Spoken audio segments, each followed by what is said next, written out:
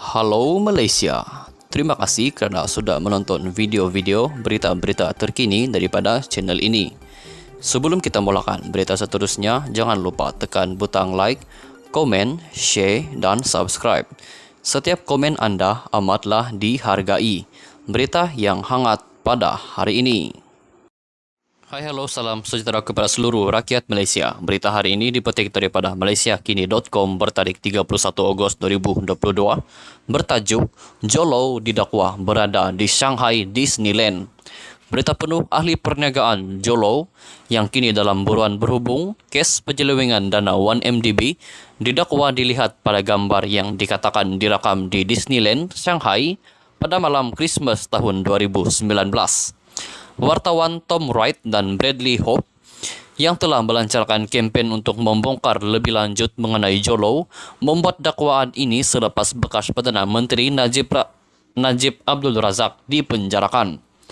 Menurut klip video wartawan berkenaan di YouTube hari ini yang mengemas kini kempen itu, mereka mendakwa telah menerima banyak maklumat yang menunjukkan bahawa Jolo berada di China dalam beberapa tahun kebelakangan ini. Bagi saya, gambar ini merakamkan banyak perkara tentang Jolo. Ia hampir mengecewakan. Kita memburu individu ini yang dianggap sebagai dalang pengubahan wang haram, penipuan atau apa sahaja. Anda mungkin fikir dia akan bersembunyi seperti James Bond di suatu tempat, tetapi sebenarnya dia hanya berkeliaran di sekitar pusat beli belah, duduk di Shanghai Disneyland, dan dia sentiasa mempunyai banyak telefon. Dia memainkannya seperti piano, kata Hope.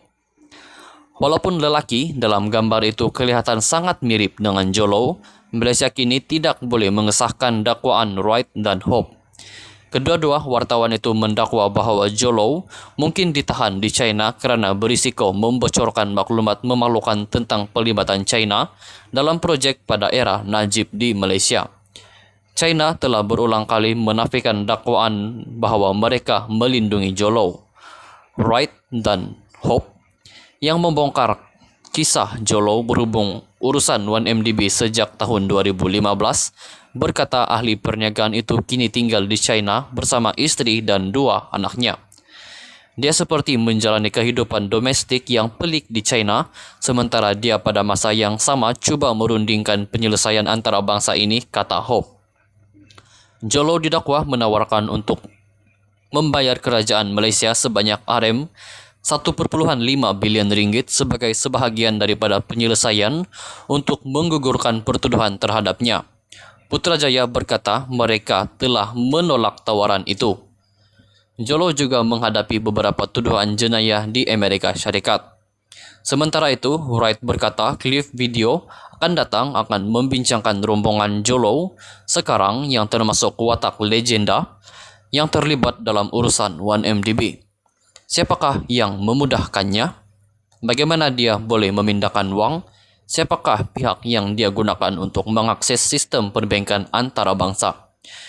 Dia tidak boleh membuka akaun dan menggunakan dolar Amerika Syarikat, euro atau biasa pada masa ini. Apakah peranan yang dimainkannya dalam strategi geopolitik China? Adakah dia mendapat sebarang peranan di sana atau adakah dia hanya dianggap individu yang memalukan sekarang, kata Wright sebagai sebahagian daripada pratonton untuk klip video akan datang. Sekian saja berita untuk hari ini. Kita jumpa lagi di video yang seterusnya. Stay safe, stay healthy, bye-bye.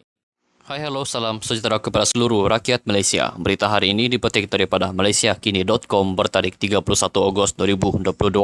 Bertajuk, Jolo didakwa berada di Shanghai Disneyland. Berita penuh ahli perniagaan Jolo yang kini dalam buruan berhubung kes penyelewengan dana 1MDB didakwa dilihat pada gambar yang dikatakan direkam di Disneyland, Shanghai pada malam Christmas tahun 2019. Wartawan Tom Wright dan Bradley Hope yang telah melancarkan kempen untuk membongkar lebih lanjut mengenai Jolo membuat dakwaan ini selepas bekas Perdana Menteri Najib Abdul Razak dipenjarakan. Menurut klip video wartawan berkenaan di YouTube hari ini yang mengemas kini kempen itu, Mereka mendakwa telah menerima banyak maklumat yang menunjukkan bahwa Zhou berada di China dalam beberapa tahun kebelakangan ini. Bagi saya, gambar ini merakamkan banyak perkara tentang Zhou. Ia hampir mengecewakan. Kita memburu individu ini yang dianggap sebagai dalang pengubahan uang haram, penipuan, atau apa sahaja. Anda mungkin pikir dia akan bersembunyi seperti James Bond di suatu tempat, tetapi sebenarnya dia hanya berkeliaran di sekitar pusat beli belah, duduk di Shanghai Disneyland, dan dia sentiasa mempunyai banyak telepon. Dia memainkannya seperti piano, kata Hope. Walaupun lelaki dalam gambar itu kelihatan sangat mirip dengan Zhou, Malaysia kini tidak boleh mengesahkan dakwaan Wright dan Hope. Kedua-dua wartawan itu mendakwa bahwa Zhou mungkin ditahan di China kerana berisiko membocorkan maklumat memalukan tentang pelibatan China dalam projek pada era Najib di Malaysia. China telah berulang kali menafikan dakwaan bahwa mereka melindungi Zhou.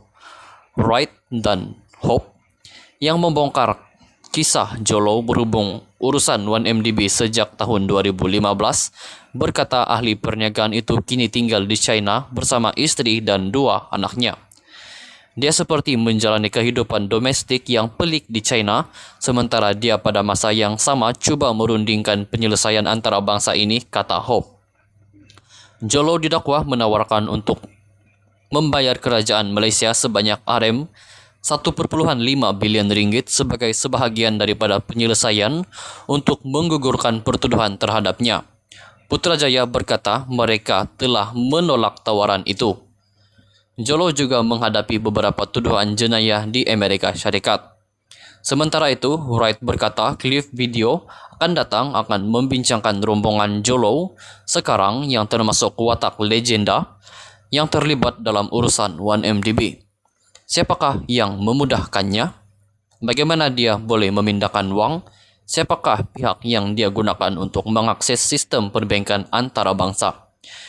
Dia tidak boleh membuka akaun dan menggunakan dolar Amerika Syarikat, euro atau biasa pada masa ini.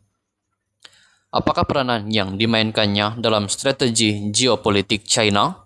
Adakah dia mendapat sebarang peranan di sana atau adakah dia hanya dianggap individu yang memalukan sekarang, kata Wright sebagai sebahagian daripada pratonton untuk klip video akan datang. Sekian saja berita untuk hari ini. Kita jumpa lagi di video yang seterusnya. Stay safe, stay healthy, bye-bye.